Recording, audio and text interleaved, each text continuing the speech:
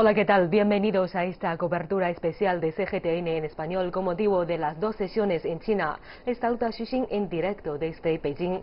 Hoy la 13ª Asamblea Popular Nacional celebrará su 7ª reunión plenaria en la que se revelarán importantes resultados y decisiones de la Asamblea. En este programa transmitiremos con el señal en vivo desde el Gran Palacio del Pueblo de la capital china con el fin de conocer las últimas novedades de la sesión plenaria. No se lo pierdan. Ahora en el estudio contamos con la presencia del señor Xu Shaojun y la señora Zhou Jiaogui, 2 comentaristas del canal, para compartir con nosotros sus observaciones al respecto. Señores, muy bienvenidos al estudio. Muchas gracias. Gracias. Es un gusto. Es un gran honor para mí. Líderes de todo el mundo han enviado sus felicitaciones a Xi Jinping por su elección como presidente. Ampliamos más información. El presidente ruso Vladimir Putin ha dicho que el resultado de la votación es un reconocimiento a las contribuciones de Xi al rápido desarrollo económico y social de China, así como una forma de proteger los intereses de China.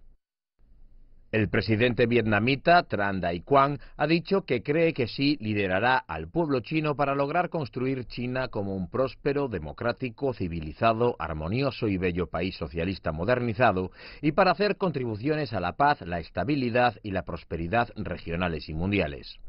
El presidente de Laos, Bouhang Borachit, dijo que bajo el liderazgo del Partido Comunista de China, con Xi como núcleo, el curso del socialismo con peculiaridades chinas conseguirá notables logros históricos y que se estrechará la tradicional amistad y la asociación estratégica integral entre ambos países. El presidente de Pakistán, Mahmoud Hussain, dijo que la elección demuestra la confianza del pueblo chino en el liderazgo de Xi. El notable desarrollo logrado en los pasados 5 años ha aumentado el estatus e imagen internacionales de China y mejorado de manera importante las vidas del pueblo. El presidente de Corea del Sur, Moon Jae-in, deseó a China que cumpla su sueño chino con la administración de Xi y que haga grandes contribuciones a la paz y el desarrollo del Asia nororiental y del mundo. El emperador Akihito de Japón también felicitó la elección de Xi, y el primer ministro, Shinzo Abe, pidió una mejora de las relaciones bilaterales. El presidente de Maldivas, Abdullah Yameen, dijo que la elección de Xi refleja la confianza de la mayoría del pueblo chino en sus esfuerzos por conseguir las 2 metas centenarias y el sueño chino, y que bajo el brillante liderazgo de Xi, China conseguirá mayores logros en su desarrollo y llevará más oportunidades a varios países para conseguir un desarrollo común. El presidente de Bangladesh, Abdul Hamid, dijo que China ha hecho grandes contribuciones a la construcción de la comunidad de futuro compartido para la humanidad bajo el liderazgo de Xi y que se impulsarán y profundizarán las relaciones entre China y Bangladesh. La primera ministra de Bangladesh, Sheikh Hasina, dijo que China, bajo el sabio y visionario liderazgo de Xi, ha cosechado logros notables y que su país espera fortalecer la cooperación con China en varios campos. El presidente de Kazajistán, Nursultán Nazarbayev, dijo que la elección demuestra completamente el alto respaldo del pueblo chino a las grandes contribuciones de Xi para salvaguardar los intereses nacionales. China obtendrá nuevos logros bajo el liderazgo de Xi y la asociación estratégica integral entre ambas naciones continuará su desarrollo de alto nivel con esfuerzos conjuntos por ambas partes. El presidente de Bielorrusia, Alexander Lukashenko, expresó su deseo de que el pueblo chino disfrute de paz eterna y prosperidad y de que los lazos de amistad entre Bielorrusia y China logren un continuo desarrollo. El presidente de Georgia, Giorgi Margvelashvili, dijo que el brillante liderazgo de Xi traerá seguramente mayores desarrollo y beneficios a la nación china y que habrá una profundización en la tradicional amistad y cooperación entre Georgia y China. El secretario general de la Organización para la Cooperación de Shanghái, Rashid Alimov, subrayó en su carta de felicitación que China está jugando un papel cada vez más importante en el mundo. Destacó la iniciativa de la Franja y la Ruta y el concepto de la construcción de una comunidad de futuro compartido para la humanidad, los cuales fueron ambos impulsados por Xi y se han ganado el amplio reconocimiento y la positiva respuesta de la comunidad internacional. También expresó su confianza en que China albergará en junio una fructífera cumbre de la Organización para la Cooperación de Shanghái en la ciudad oriental de Qingdao. CGTN en español. La primera sesión de la 13ª Asamblea Popular Nacional de China celebró este domingo la séptima reunión plenaria. Li Keqiang ha sido ratificado como primer ministro de China por los diputados de la APN. Los legisladores también han votado otros puestos clave, entre ellos vicepresidentes y miembros de la Comisión Militar Central y el director de la nueva Comisión Nacional de Supervisión.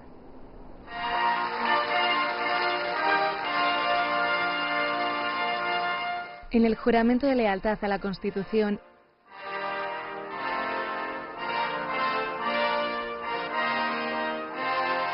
Li Keqiang ha sido refrendado como primer ministro de China durante la reunión plenaria de este domingo.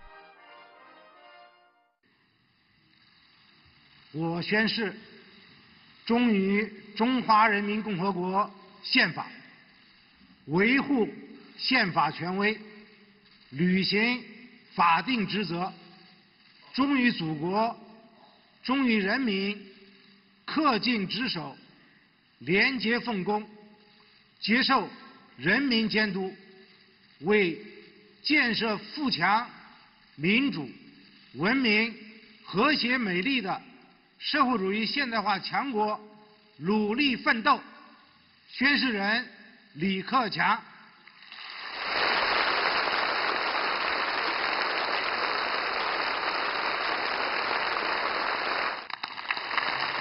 Li Keqiang fue respaldado como primer ministro del país por primera vez hace 5 años por la 12ª APN. Cuenta con una dilatada experiencia trabajando como secretario del partido en las provincias de Henan y Liaoning. La experiencia combinada trabajando a nivel provincial, así como en instituciones gubernamentales centrales, le proporciona un entendimiento integral de China. Su doctorado en economía también ha sido valioso a la hora de proporcionar unos conocimientos en la gobernanza de la nación y en la profundización de las reformas. Durante la reunión plenaria del domingo, la APN también aprobó otros puestos clave. Entre ellos, Xu Qilian y Yang Youxia como vicepresidentes de la Comisión Militar Central, Zhou Qian como presidente del Tribunal Popular Supremo, Zhang Jun como fiscal general y Yang Xiaodou como director de la recién establecida Comisión Nacional de Supervisión. CGTN en español. Veamos a continuación los perfiles de algunos de los dirigentes chinos que han sido nombrados. Comencemos por el primer ministro Li Keqiang. Li Keqiang nació en julio de 1955. Es doctor en Economía por la Universidad Beijing. Actualmente es primer ministro del Consejo de Estado. Desde 1982 hasta 1998 trabajó principalmente con la Liga de la Juventud Comunista de China, desde su puesto de secretario del Comité de la Universidad Beijing al de primer secretario del Secretariado del Comité Central de la Liga de la Juventud Comunista de China. También trabajó en áreas regionales como líder provincial, incluidas las provincias de Henan y Liaoning, antes de ser nombrado viceprimer ministro de China en 2008. 5 años más tarde, en 2013, Li se convirtió en primer ministro. CGTN en español. Xu Qilian y Yang Youxia han sido ratificados como vicepresidentes de la Comisión Militar Central de la República Popular China.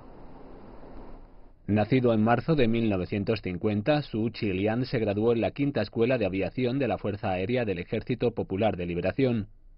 Xu ha estado en la Fuerza Aérea del Ejército Popular de Liberación durante más de 4 décadas.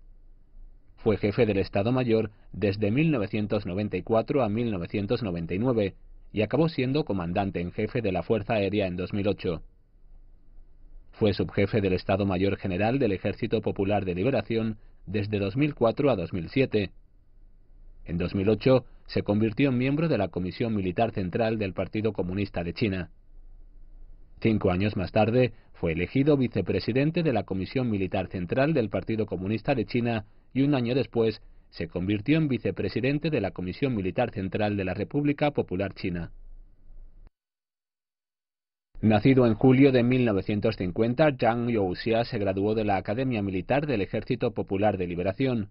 Tras cerca de 4 décadas de servicio en las fuerzas terrestres, fue nombrado subcomandante de la zona militar de Beijing en 2005. En 2007 fue nombrado comandante de la zona militar de Shenyang. En 2013, Yang ingresó en la Comisión Militar Central de la República Popular China. Entre 2013 y 2017 sirvió como jefe del Departamento de Desarrollo de Equipamientos de la Comisión Militar Central de China. Más tarde, Zhang se convirtió en vicepresidente de la Comisión Militar Central. CGTN en español.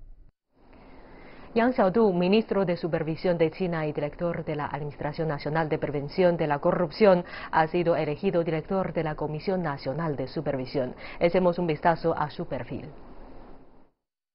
Yang Xiaodu nació en octubre de 1953. Recibió el grado de maestría en Derecho en la Escuela Central del partido. A partir de 1976, Yang pasó la mayor parte de su carrera en la región autónoma del Tíbet. En 2001 se convirtió en vicepresidente del gobierno de la región autónoma del Tíbet. Ese mismo año fue elegido vicealcalde de Shanghái, cargo que ocupó hasta 2006. En 2014, Yang se convirtió en subsecretario de la Comisión Central de Inspección Disciplinaria. En 2016 fue nombrado ministro de Supervisión. Al año siguiente fue nombrado director de la Administración Nacional de Prevención de la Corrupción. En 2017, Yang también se convirtió en miembro del Buró Político del Comité Central del Partido Comunista de China y en miembro del secretariado del Comité Central del Partido Comunista de China. CGTN en español. Zhang Qiang ha sido elegido presidente del Tribunal Popular Supremo de China. Echemos un vistazo. Nacido en abril de 1960, Zhou Qian tiene un máster por la Universidad de Ciencias Políticas y Derecho del Suroeste en Chongqing. Después de 10 años trabajando en el Ministerio de Justicia, Zhou fue nombrado director de su departamento legal en 1995. El mismo año se convirtió en uno de los secretarios del 13º Secretariado del Comité Central de la Liga de la Juventud Comunista de China y 3 años después fue nombrado primer secretario de la misma organización. Fue gobernador de la provincia de Hunan entre 2007 y 2010. En 2013 fue elegido presidente del Tribunal Popular Supremo. CGTN en español. Zhang Jun, actual ministro de Justicia, fue elegido este domingo fiscal general de la Fiscalía Popular Suprema en la primera sesión de la 13ª Asamblea Popular Nacional de China. Zhang Jun, nacido en octubre de 1956, obtuvo su doctorado en Derecho en la Universidad Wuhan. Comenzó a trabajar en el Tribunal Popular Supremo en 1985. Zhang desempeñó los cargos de miembro y vicepresidente del Comité Judicial del Tribunal Popular Supremo durante más de 10 años. En 2012 fue elegido subsecretario del Partido Comunista de China en la Comisión Central de Inspección Disciplinaria. En 2017, Zhang fue nombrado ministro de Justicia y miembro de la Comisión de Asuntos Políticos y Jurídicos del Comité Central del Partido Comunista de China. CGTN en español. Ahora vamos a hablar con nuestros dos comentaristas del canal. Señora Zhou Jiaogui, en primer lugar, ¿podría detallarnos la agenda del encuentro político de hoy? Gracias, Xuxin. Hoy se celebra la 7ª sesión plenaria de la primera sesión de la 13ª Asamblea Popular Nacional de China. Y en la agenda de la reunión de este máximo órgano legislativo del país, hoy, que duran 16 días, hoy es la penúltima jornada y mañana ya se dará por concluida la temporada de las 2 sesiones de este año. Y por eso ya tenemos bastantes temas importantes ya cerrados y mientras tanto otros tantos todavía en curso de deliberación. Y según la agenda previamente anunciada, hoy, continuando el trabajo efectuado ya de los 2 días anteriores, vamos a seguir con las elecciones y ratificaciones y nombramientos de los altos cargos del país. Incluyen los viceprimeros ministros, consejos del Estado y los ministros, los presidentes de las comisiones del Consejo de Estado y el gobernador del Banco Popular de China, el Banco Central del país, y luego el auditor general y el secretario general del gabinete. Y todo esto bajo la nominación del primer ministro Li Keqiang y la posterior votación de todos los diputados de la APN. Y luego los diputados de la APN también deliberarán y votarán y decidirán sobre los directores de los comités especializados. integrantes de la misma asamblea, la Asamblea Popular Nacional. Y el organigrama de estos 10 comités especializados ya fue aprobado hace unos días por esta sesión de la APN.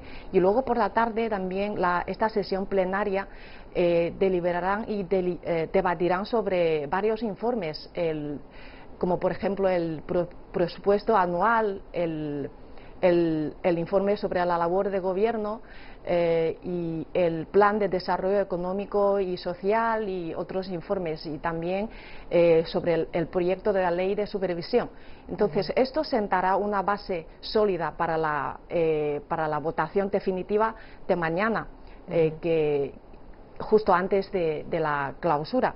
Esta jornada tiene su importancia porque, como hemos comentado, es un seguimiento a las resoluciones ya emitidas por esta sesión de la APN y el segmento último de las votaciones y ratificaciones del nuevo liderazgo del país, y también la preparación definitiva para la conclusión ya de esta sesión de la APN. Muchas gracias, señora Zhou, por su resumen. Y al cabo de esta sesión plenaria, como mencionaba, se había definido ya toda la dirigencia de esta 13ª APN. Señor Xu, ¿qué opina sobre el trabajo de la Asamblea de la APN en un futuro próximo? Desde luego se espera mucho de esta renovación con el nuevo Parlamento recién electo, junto ya con su dirigencia. Hay un punto clave para entender mejor las labores principales de la APN de China, que siempre buscamos una unidad entre 3 puntos. El primer punto es la dirección del partido PPC, que es muy importante, que es la esencia del sistema socialista con peculiaridades chinas. Y el segundo punto clave es el dueño del país, es el pueblo. Todos los poderes pertenecen al pueblo.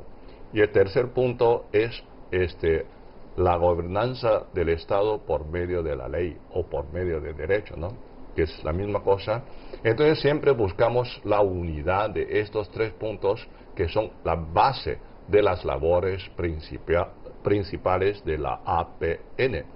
Y en los años pasados, APN ha logrado grandes avances sólidos con sus labores, tanto en el campo de hacer leyes como labores de supervisión, de labores del gobierno y del tribunal y de la fiscalía mayor.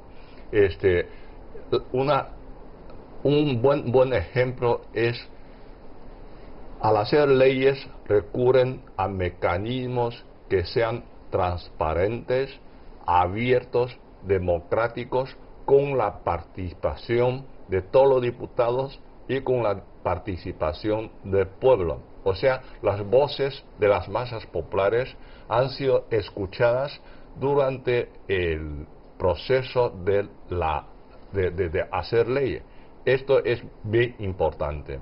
Entonces, esperamos que con la renovación de la dirigencia de la APN, seguramente van a haber más avances con pasos sólidos sobre la base ya sentada. Esperamos una buena perspectiva de los trabajos de la nueva APN. Gracias, señor Xu, por su comentario. A continuación hablaremos un poco sobre las principales tareas de la sesión de esta jornada. Una de ellas será la ratificación de los ministros del Estado. Y, señora Zhou, a su parecer, ¿cuál ha sido el objetivo de esta reforma institucional del Consejo de Estado y qué influencia tendrá? Pues el plan de reforma institucional del Consejo de Estado, enfocado en crear un gobierno mejor estructurado y más eficiente, es la mayor reorganización del gabinete de China en años. Esta decisión se ve como una continuación a las 7 reformas anteriores llevadas a cabo desde los principios de la década de los 80. Con esta reforma, el Consejo de Estado tendrá 15 entidades menos a niveles ministerial y viceministerial. Y además, al mismo tiempo de reducir el gabinete, también se crean nuevos ministerios y administraciones, como por ejemplo el Ministerio de Recursos Naturales, uno de Asuntos de los Veteranos y un regulador unificado de la banca, del sector bancario y los seguros, etcétera. Yo creo que este plan es un plan de reorganización masiva del gabinete de China. Y este plan es considerado ampliamente por los observadores, tanto nacionales como internacionales, como una acción gubernamental revolucionaria y significativa para satisfacer mejor las demandas tanto de la gente como del desarrollo del país.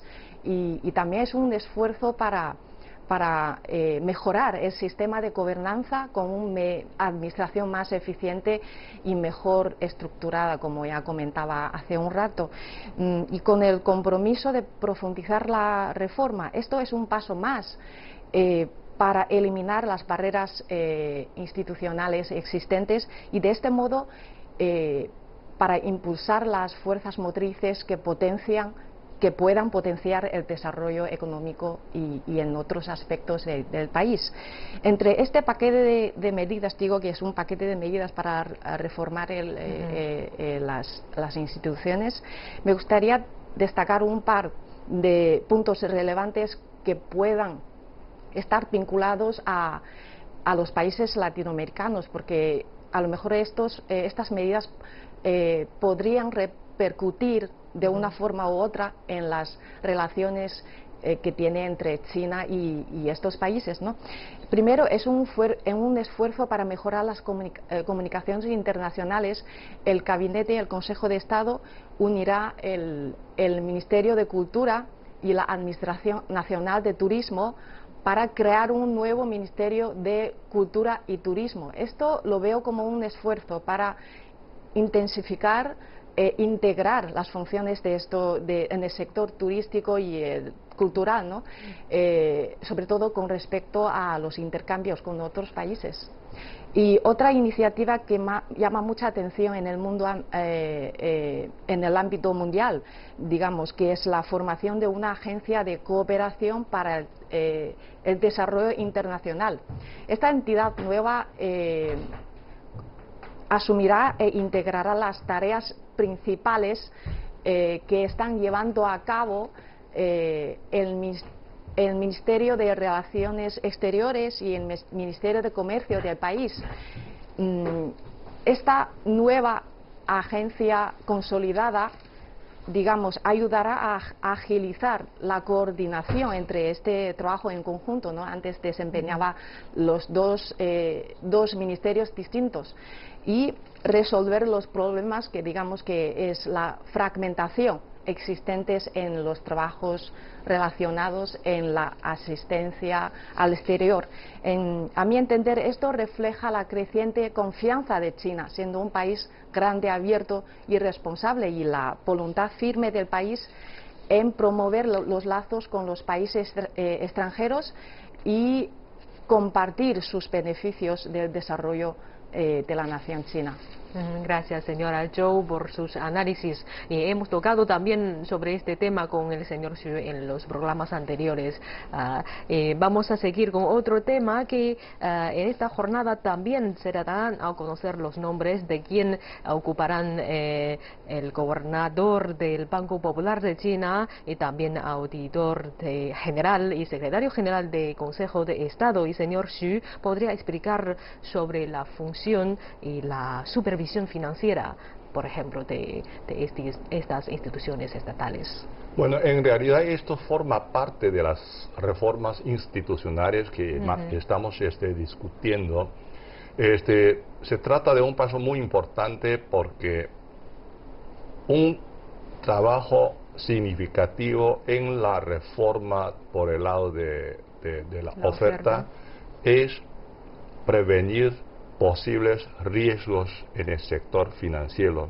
Y la labor principal es el despancalamiento financiero para rebajar en medidas considerables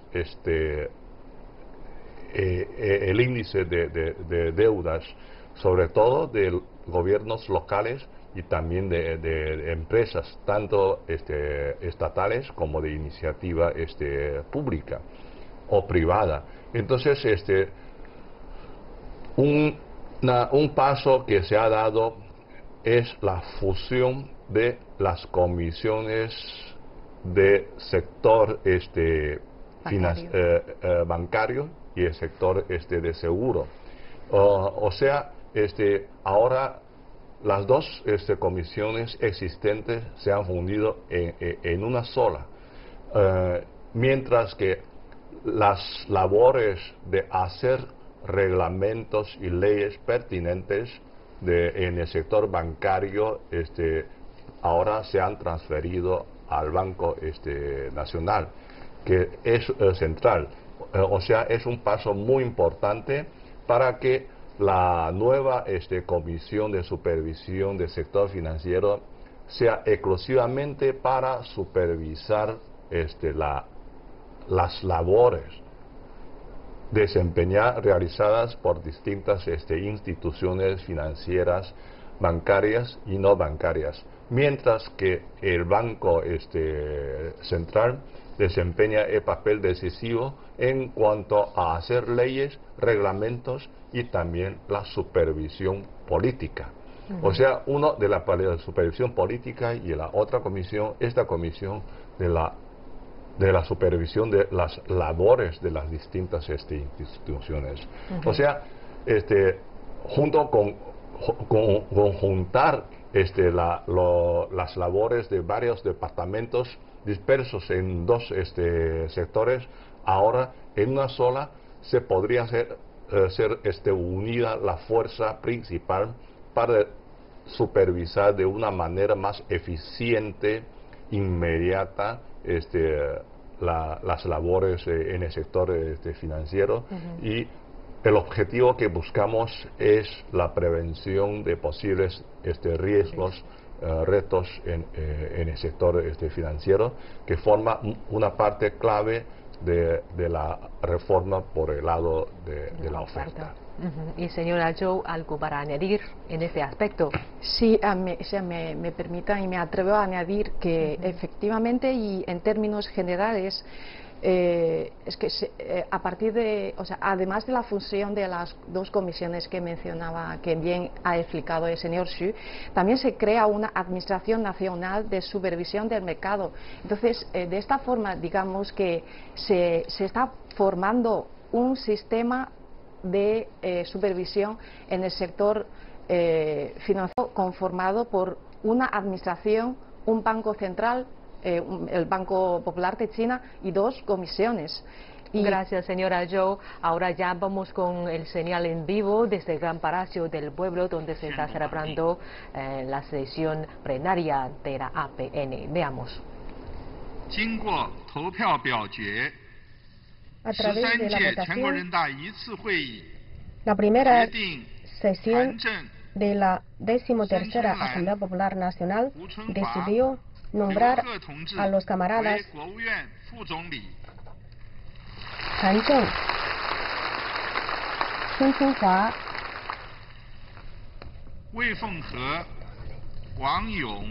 Hu Chunhua, Liu He, Sun Chunlan, Hu Chunhua, Liu He como viceprimeros ministros, los camaradas Wei Fenghe, Wang Yong, Wang Yi, Xiao Jie, Zhao Kezhi como consejeros de Estado,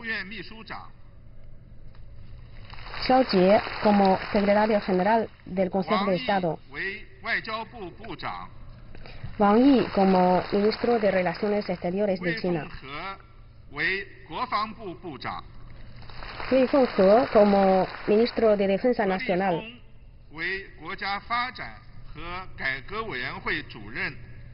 He Lifeng como presidente de la Comisión Nacional de Desarrollo y Reforma, Chen Baosheng como ministro de Educación, Wang Zhigang como ministro de Ciencia y Tecnología, Miao Wei como ministro de Industria y Tecnología Informática,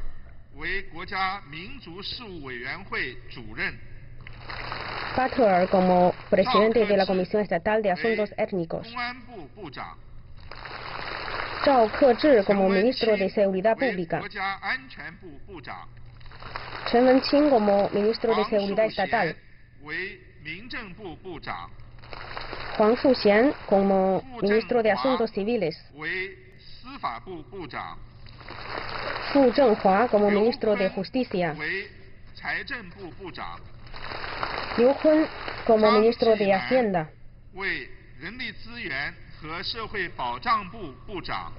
Zhang Jinan como ministro de Recursos Humanos y Seguridad Social, Lu Hao como ministro de Recursos Naturales, Li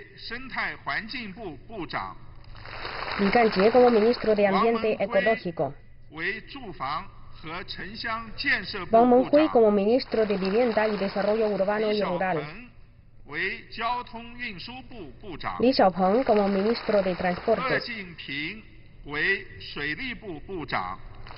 Jingping como ministro de Recursos Hídricos, Han Changfu como ministro de Agricultura y Asuntos Rurales, Zhong Shan como ministro de Comercio, Luo Shugang como ministro de Cultura y Turismo, Ma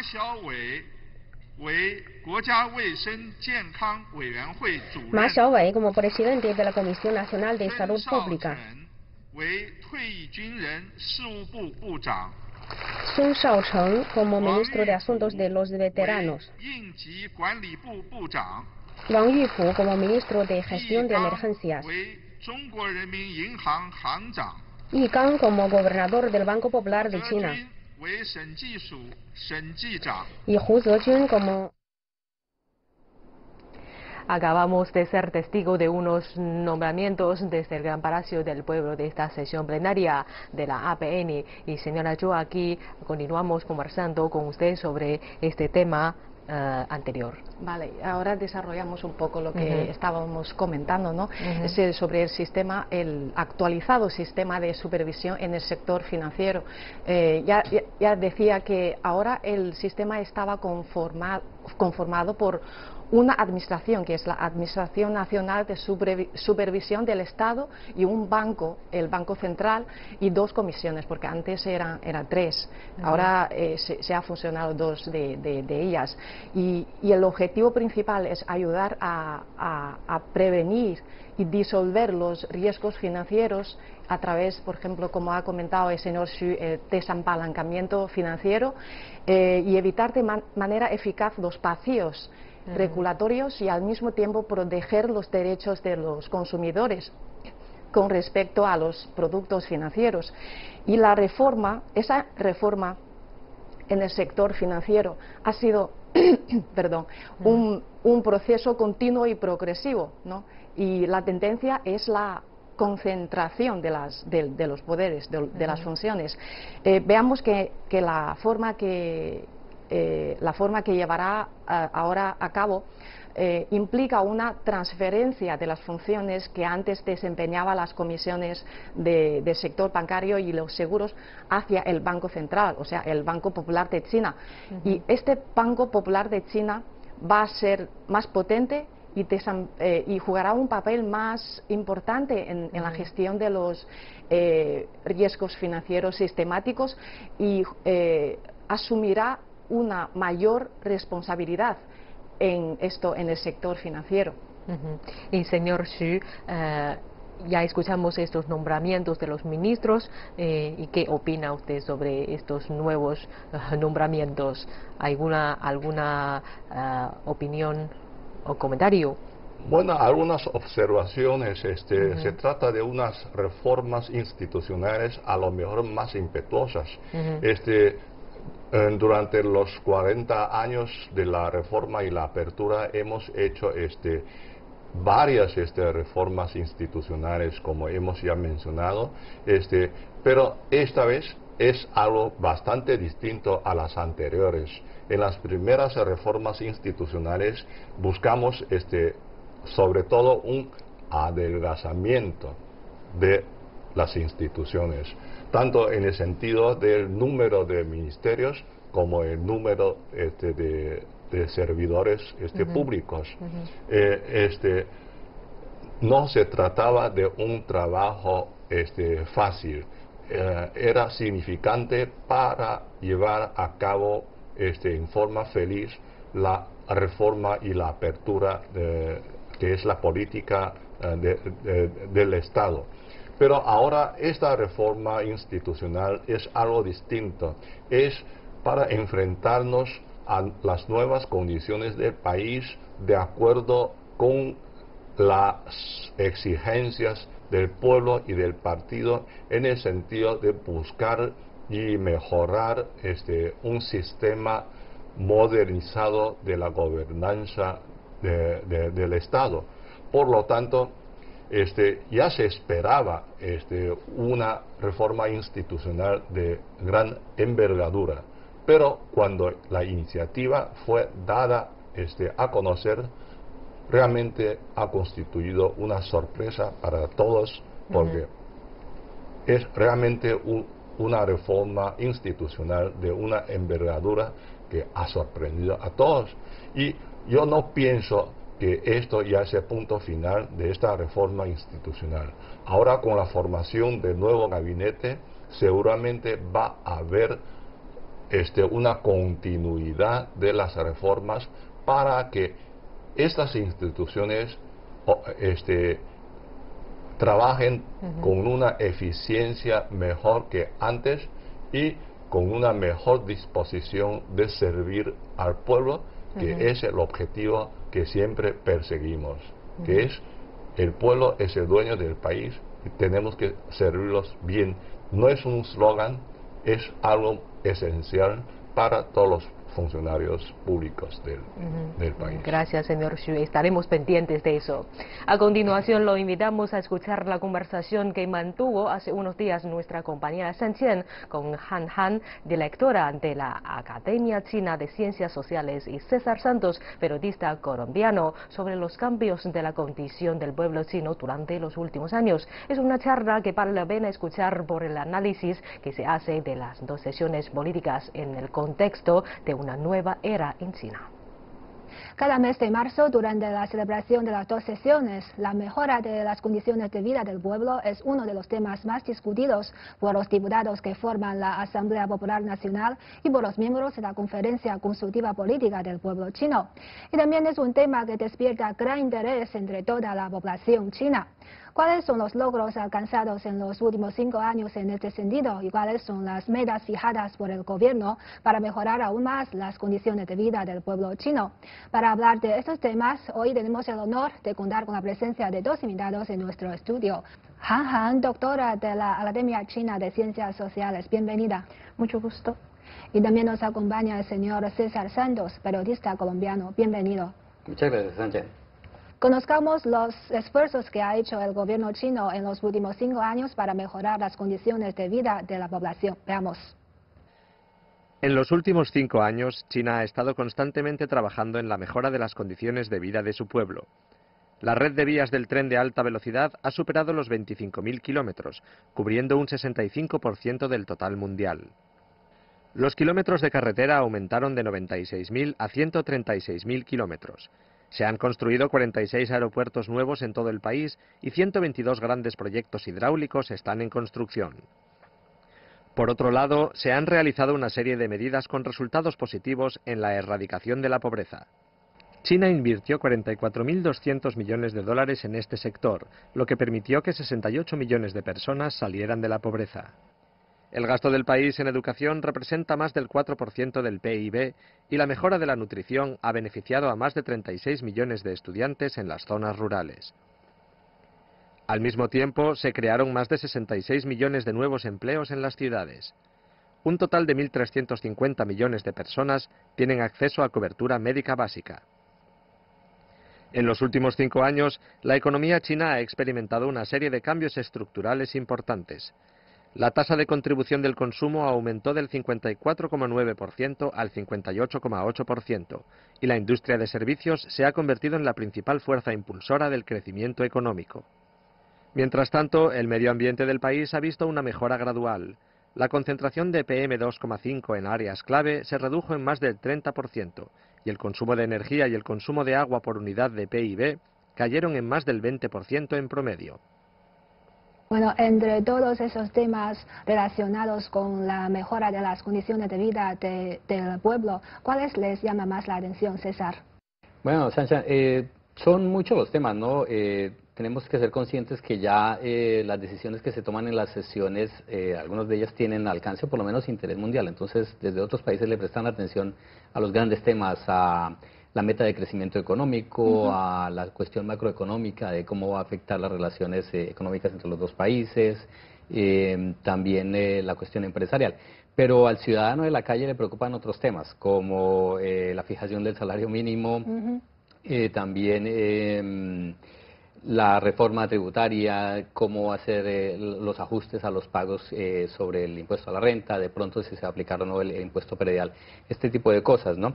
Las tarifas de celular incluso, que es un tema que pues a todos nos interesa mucho porque todo el mundo usa celular, ya prácticamente son muy pocas las personas que no, y pues el año pasado se modificaron las tarifas. Este año se dice que se van a modificar las tarifas de datos, digo el año pasado las de telefonía celular como tal, este año las de datos. Entonces son muchísimos los temas que se tocan allí y que tocan directamente al ciudadano común. Pero el tema que conozco que mucha gente le afecta y que a mí me preocupa inmediatamente es el tema de la educación, porque pues la mayoría de las familias chinas tienen niños y ya en edad escolar y hay que ver si se está garantizando plenamente o no este tema.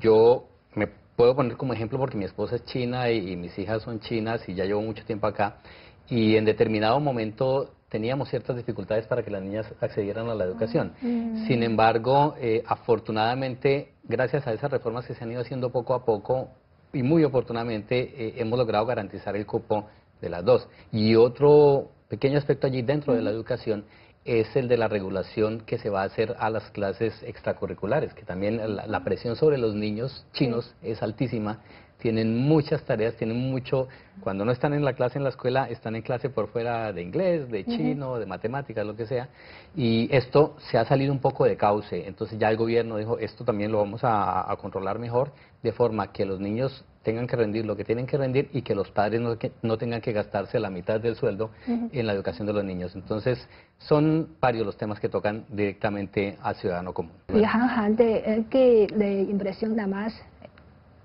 A mí me interesa fuera de la educación y el costo de celular me interesa más sobre la pobreza, porque como saben de todo, no todos los chinos vivimos en la ciudad, pero la mayoría o la gran cantidad de la población de China vive en el campo y gracias a la política relacionados a la tecnología informática y la política de transporte que realizamos, el envío rápido de las frutas y las verduras de la montaña o del campo a la ciudad. Y una cosa que me impresionó mucho es que en WeChat hemos visto que hay muchas noticias relacionadas sobre la venta de frutas en la montaña, o sea, en la provincia de Shanxi o más del suroeste, pero todos mis amigos tienen el interés de comprar este tipo de fruta para ayudar un poquito a los campesinos desconocidos y lejos. Y de esta forma realizan un apoyo constante para los campesinos y el lugar rural. Y me parece que esta forma es mejor que una inversión o una donación de cosas para los campesinos lejos. Y al mismo tiempo podemos ver que nuestra política de la erradicación de la pobreza no se limite a una política, sino también relacionados a otras políticas, sea de otros sectores. Sí, como bien ha comentado Han Han, la erradicación de la pobreza es un sector en que el gobierno trabaja más. En los últimos 5 años, China ha sacado de la pobreza a más de 68 millones de personas. Y Han Han, ¿cómo ve esta cifra? Y además de esta cifra también leí otras cifras relacionadas a las zonas rurales, tal como en el año 2000, desde el año 2013 hasta el año 2016 sube el ingreso disponible de hogares rurales de más de 10%. Comparado con la misma cifra de la ciudad, este desarrollo sube mucho más y más destacado. ¿Y por qué es esto? Primero es gracias a la erradicación de pobreza y otra es gracias al cambio o al mejoramiento de la economía china, porque antes tenemos una política de la pobreza relacionada a la política, pero en los últimos años hemos visto que muchos sectores y muchos gobiernos, sea local o sea central, participan en esta actividad y al mismo tiempo hemos visto que los sectores judiciales también ingresan a esta actividad, que ellos dan apoyo o incluso establecer fondos especiales para los pobres, o sea, los pobres que recientemente salir de cárcel o un fondo para las personas que tienen problema de resolver para resolver de sus familias, y de esta forma me parece que esta política relacionada a la pobreza es más completa y el contenido es más eficaz, con más eficacia. César, ¿cómo ve estos trabajos que ha hecho el gobierno para erradicar la pobreza? Pues un país necesita, para poder progresar, necesita primero que todo sacar a toda su población de la pobreza. Mientras haya gente pobre, no se puede concentrar plenamente en el desarrollo del país. Entonces, así como tú dices que en los últimos 5 años han sido más de 68 millones de personas que han salido de la pobreza, hay una cifra que se repite con frecuencia y a veces la gente piensa que por repetirlas tanto como que pierden algo de cuerpo, ¿no? Que es esta cifra de que en los últimos 40 años han sido más de 700 millones de personas que han salido de la pobreza. Sin embargo, si uno lo compara, por ejemplo, con la región latinoamericana, donde nuestros países tienen 20, 30, 50 millones de personas, aquí estamos hablando de 700 millones de personas en solo 40 años. Allí seguimos teniendo grandes cantidades de pobres a lo largo de mucho más de 4 décadas. Entonces, es algo que hay que reconocer. Son muchas las estrategias que se están aplicando. La meta del gobierno es que para 2020 ya se haya erradicado por completo la pobreza absoluta, la pobreza extrema. Y dicen que cuando ya queda más poco es lo más difícil, ¿no? Entonces, estas personas que todavía quedan en condición de pobreza, las estrategias que se están aplicando en este momento son más, si se quiere decir, personalizadas, más focalizadas, dependiendo de la situación específica de un distrito, de una aldea. Inclusive de los grupos de población, porque ahora también se están concentrando en los ancianos, en las personas con discapacidad o en las personas con enfermedades graves. Entonces, pues con esto también el gobierno se está asegurando de que nadie se quede por fuera de estas políticas, que todos sean cobijados. E inclusive hay políticas diseñadas para la gente que por alguna razón, después de haber salido de condición de pobreza, vuelvan allí, vuelvan a caer en condiciones de pobreza. Entonces se les ayuda nuevamente para que se recuperen y garantizar que puedan ahora sí empezar a elevar su nivel de ingresos. Entonces son varias las políticas y estas estrategias focalizadas, y pues a mi juicio esta meta que está propuesta para 2020 yo creo que se va a cumplir. Ya, y para el alivio de la pobreza, un trabajo muy esencial es la educación, una educación justa y de buena calidad. Entonces, Han Han, ¿cómo ve este sector? Recientemente hemos visto que en China cada día la universidad tiene más facultades y recibe más estudiantes. Eso es la educación superior, y lo que damos más atención es la educación en la escuela secundaria y primaria, especialmente también en las montañas o en el suroeste de China. Podemos ver que hay muchas escuelas que ya establecen contactos o relación con una compañía de la ciudad, o sea de Beijing o de Shanghai o de otras ciudades más importantes, y también hay ayudamientos o voluntarios que constantemente van a sus escuelas a dar un semestre de clase o dar varios años de clase, y todo esto son una política constante, y hemos visto que gracias a la ayuda de estos voluntarios hay más estudiantes pobres que pueden ingresar en la Universidad de Beijing o otras universidades más destacadas en China. Y al mismo tiempo, todos estos estudiantes, después de graduarse de la universidad, hay más tasas la mayoría de ellos prefieren regresar a su pueblo natal para ayudar a más estudiantes, a más niños allá. Y o sea, ellos se quedan en la ciudad, ellos prefieren servir en algunas compañías o gobiernos para ayudar a la pobreza o a la enseñanza. Efectivamente, uno de los problemas que debemos resolver en esta nueva era es el desequilibrio del desarrollo.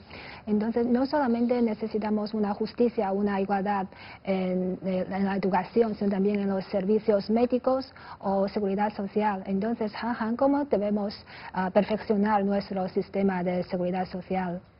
A mí me parece que tanto la educación como los servicios médicos como la seguridad social son temas más centrales para una familia en la ciudad. Y con estos, después de casi 40 años de la política de reforma y apertura, hemos visto que se desarrolla mucho la economía de China, pero al mismo tiempo no olvidamos el objeto del desarrollo, es el buen vivir, como se dice en América Latina. También el presidente Xi Jinping mencionó esta palabra el año pasado, que el objeto es para la vida, el buen vivir de la vida cotidiana. Entonces, ¿qué significa este buen vivir? Es después de pagar cada año más a la educación, y después de elevar el nivel de la calidad de la enseñanza, podemos realizar podemos establecer una sociedad con más servicios públicos. Y al mismo tiempo hemos visto que el desarrollo es destacado en cuanto a los servicios públicos. Un ejemplo que quiero mencionar es que dentro de nuestro instituto hay un profesor que tiene más de 70 años, que cada vez cuando él tiene oportunidad de conversar con los extranjeros expertos, siempre traiga su carnet de mayor, tercera edad. El carnet de tercera edad para presentar cómo usar su carnet, tal como puede entrar gratis a los parques de la ciudad y puede tomar autobús gratis, y también cada vez hay una pensión para comprar comida o cosas cotidianas. Y cada vez al escuchar esto, los expertos extranjeros, especialmente los mayores, le admiraron mucho y eso es un buen ejemplo para presentar que el mejoramiento de la seguridad social, pero al mismo tiempo debemos ver que todavía falta mucho para realizar los contenidos de la ley de seguridad social que publicó el año 2010. Bienvenidos de vuelta a este programa especial de CGTN en español con motivo de las 2 sesiones. Les recordamos que se están celebrando la 7ª reunión plenaria de la primera sesión de la 13ª Asamblea Popular Nacional en el Gran Palacio del Pueblo en Beijing, en la que se revelarán importantes resultados y decisiones de la Asamblea. En nuestro programa de hoy transmitiremos con el señal en vivo desde el Gran Palacio del Pueblo de la capital china con el fin de conocer las últimas novedades de la Asamblea Nacional. Y no se lo pierdan. En el estudio hoy contamos con la presencia con 2 de nuestros comentaristas del canal, señor Xu Shaojun y señora Zhou Jiaogui, para compartir con nosotros.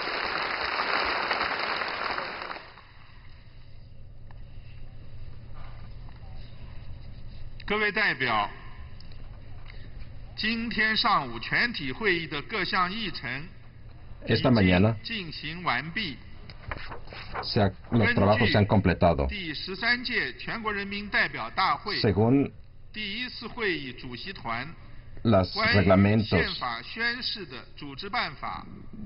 de la fidelidad a la Constitución para la 13ª Asamblea Popular Nacional, ahora damos lugar a la ceremonia de juramento de fidelidad a la Constitución.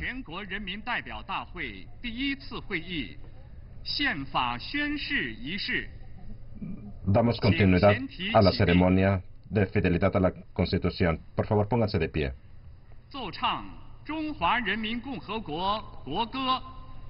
Entonemos el himno nacional de China.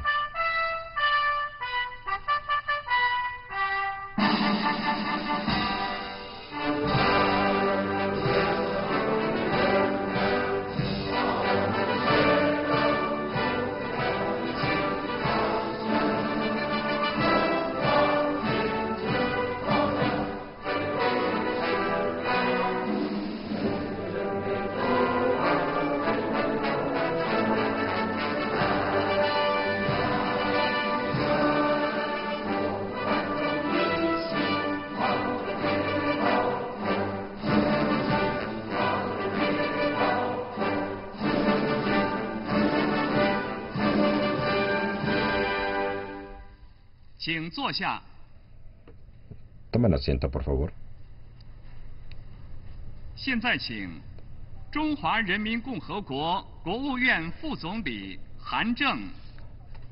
Ahora invitamos al camarada Han Zheng, a Sun Chunlan, a Hu Chunhua, a Liu He, como viceprimeros ministros del Consejo de Estado, y al camarada Wei Fenghe, a Wang Yong, a Wang Yi, Xiao Jie, Zhao Keji, como consejeros de Estado, a tomar el juramento de fidelidad a la Constitución. El camarada Han Zheng presidirá.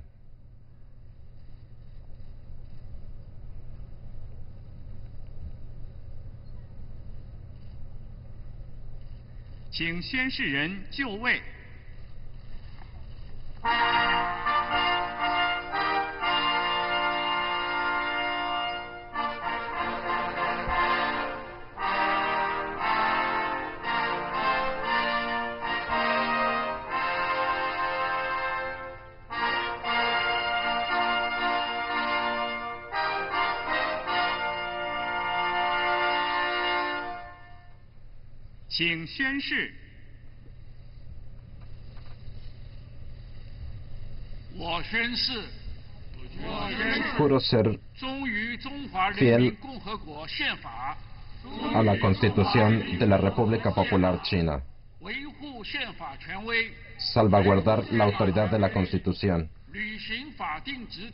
desempeñar obligaciones según la ley, ser leal al país y al pueblo,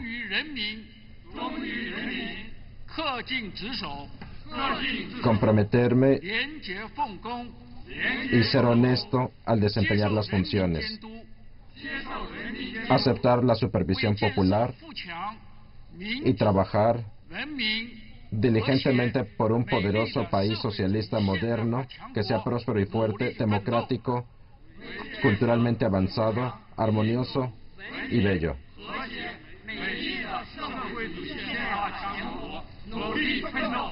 宣誓人韩正。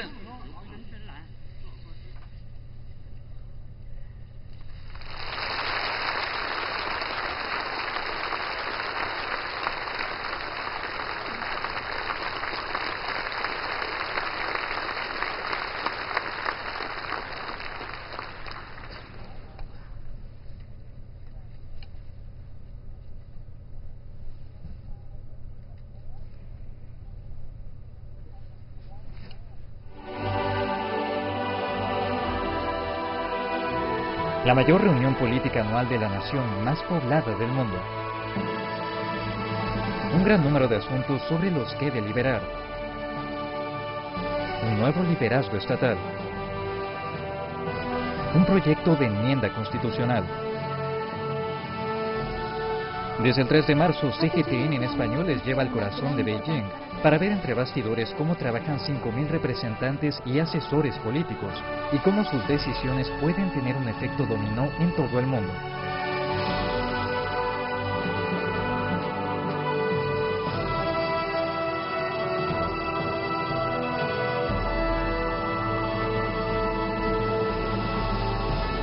Únanse a nosotros en CGTN en español para conocer desde dentro las 2 sesiones 2018. Ahora vamos a hablar con nuestros 2 comentaristas del canal, señor Xu Shaojun y señora Zhou Jiaogui, para escuchar sus opiniones y observaciones al respecto. Señor Xu, ¿qué impresión tiene sobre esta ceremonia? Otra vez, repito, es un honor para mí y seguramente también para mis compañeras ser testigo de este momento histórico que hoy, de acuerdo con la agenda de hoy, queda ya formada formado el nuevo gabinete, el nuevo gobierno, y con la formación de este nuevo gabinete estamos seguros y esperamos una continuidad de la política, la orientación ya fijada, planteada en el 19º Congreso de PPC, que será una continuidad de la reforma y la apertura en busca de un desarrollo de alta calidad, que significa un cambio de la modalidad de desarrollo. En el gabinete hemos visto caras conocidas y nuevas caras, seguramente bajo la dirección del presidente Xi Jinping, y dentro del Consejo de Estado del primer ministro Li Keqiang va a haber una colaboración unánime de todos los nuevos ministros con sus nuevos ministerios y administraciones especiales. Va a haber una eficiencia del trabajo para ofrecer, cubrir de mejor manera las demandas de las masas populares. Y por otra parte, se trata de la primera vez en la historia de APN, la toma de juramento ante la Constitución de los titulares electos por los diputados nacionales. En este caso, seguramente la compañera tendrá más cosas para agregar. Y la señora Zhou Jiaogui. Bueno, es que me parece emocionante ser testigo, como bien ha explicado el señor Xu, de toda la ceremonia, el juramento ante la Constitución de los nuevos dirigentes del gobierno, digamos. Pues yo creo que para mí es como si estuviera sonando una campana, unos aplausos para los logros conseguidos en los últimos 5 años y aplausos para el nuevo liderazgo del país y más bien para un mejor futuro de la nación y del pueblo, ¿no? Y en el ámbito práctico, en la práctica, yo creo que las reformas institucionales y el nuevo liderazgo del país abren nuevas expectativas para el pueblo y para todos nosotros. Muchas gracias. El señor Xu, ¿podría explicarnos en qué consisten las comisiones especiales de la APN, ya que se decide hoy sus respectivos responsables? Bueno, en primer lugar, dentro de la APN hay comité permanente que juega la mayoría de las funciones de la Asamblea Popular Nacional entre periodos de sesiones. O sea, con cerca de 3.000 diputados nacionales no es nada fácil celebrar una plenaria. Por lo tanto, se celebra una vez al año. Entonces, entre periodos hay un comité permanente que ejerce la mayoría de sus funciones en cuanto a hacer leyes, en cuanto a la supervisión de trabajo de gobierno. Entonces, aparte del comité permanente, hay comisiones especiales que trabajan en forma especializada de distintos aspectos para ofrecer sugerencias y revisar enmiendas, proyectos por parte de los diputados o por parte de los ministerios del Consejo del Estado. Y en este nuevo Parlamento ahora hay 10 comisiones especiales. No voy a enumerar uno por uno, pero quisiera destacar que en el Parlamento anterior había 9 y ahora uno más. Y esta nueva comisión especial es de construcción social. Se trata de un trabajo bastante complejo de todas las labores en distintos sectores sociales. Significa un gran trabajo para ellos.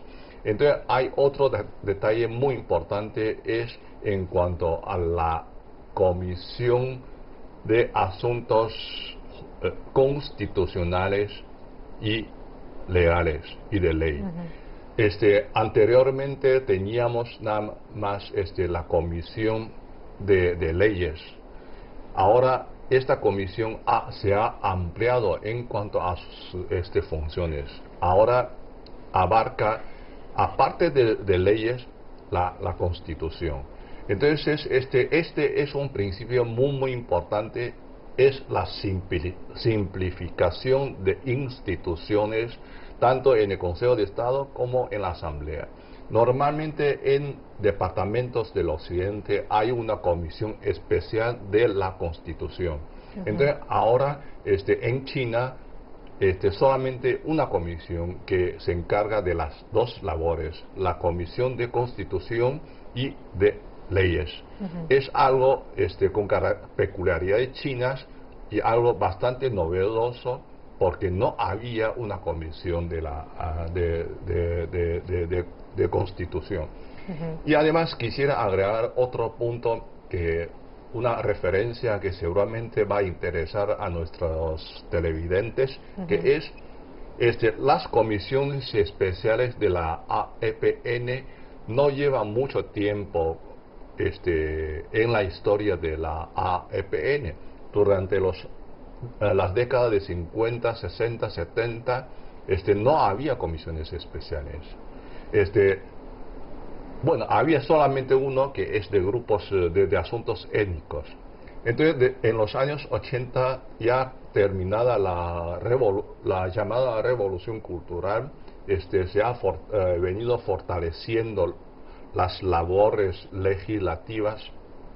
Entonces, establecieron varias comisiones especiales subordinadas a la Asamblea Popular Nacional, que eran 7, y luego se ha ampliado hasta 9 en la legislatura pasada, y ahora son 10, que el hecho en sí ya es una demostración del fortalecimiento de las labores legislativas de este órgano, que es el órgano supremo del poder del Estado. Y esperamos que con instaladas estas comisiones y electos los presidentes y vicepresidentes de estas comisiones especiales, se notará una mejora de labores, un fortalecimiento de labores dispersas en distintos sectores. Gracias, señor Xu, por aclararnos la historia de estas comisiones. Y señora Zhou, ¿tiene algo para añadir sobre el trabajo de estas comisiones? Pues sí, pues muchas gracias por la información que nos ha dado el señor Xu. Es que quisiera destacar que estas comisiones especiales, porque cada comisión corresponde a una especialidad, entonces yo creo que se trata de un trabajo bastante especializado que se va a desarrollar cuando se cierra la asamblea, o sea, cuando no se celebran las sesiones plenarias de todos los diputados de la Asamblea Popular Nacional, y su función fundamental es, bajo el liderazgo del Comité Permanente de la APN, proponer, deliberar e investigar y hacer investigaciones muy concretas sobre las mociones presentadas y correspondientes a sus especialidades. Es lo que quería añadir. Bien, quisiera ofrecer otra referencia para nuestros televidentes que siguen muy de cerca el proceso de las dos sesiones. Tenemos dentro de la APN 10 comisiones especiales, pero la elección de hoy son presidentes nada más de 8 comisiones especiales. Entonces, ¿qué pasa? ¿Qué es lo que pasa? Porque hace ya varios días han realizado la elección del presidente y vicepresidentes de la Comisión Especial de Asuntos Constitucionales y Legislativos, y también la elección de la Comisión Especial de Asuntos Financieros y Económicos. Y hoy es la elección del resto de los presidentes y vicepresidentes de las demás 8 comisiones especiales. ¿Y por qué sucedió esto? Porque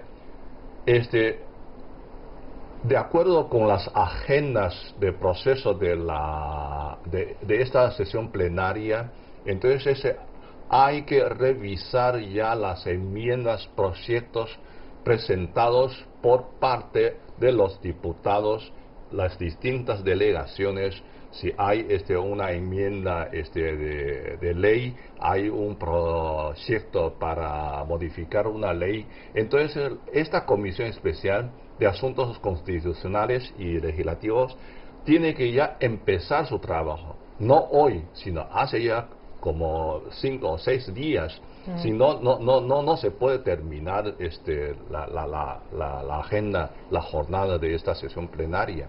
Mientras lo mismo pasa con la Comisión Especial de Asuntos Financieros y Económicos, que tienen la responsabilidad de revisar, considerar todas las deliberaciones de los diputados en distintas delegaciones en cuanto a sus observaciones para el informe de labores de gobierno, porque tienen que presentar una propuesta para la aprobación de este informe de trabajo de gobierno, que será mañana en la ceremonia de clausura. Si se instala la comisión hoy, si se instalara la comisión hoy, no se alcanzaría a cubrir esta necesidad. Por lo tanto, de las 10 comisiones especiales, hoy se eligieron presidentes de 8.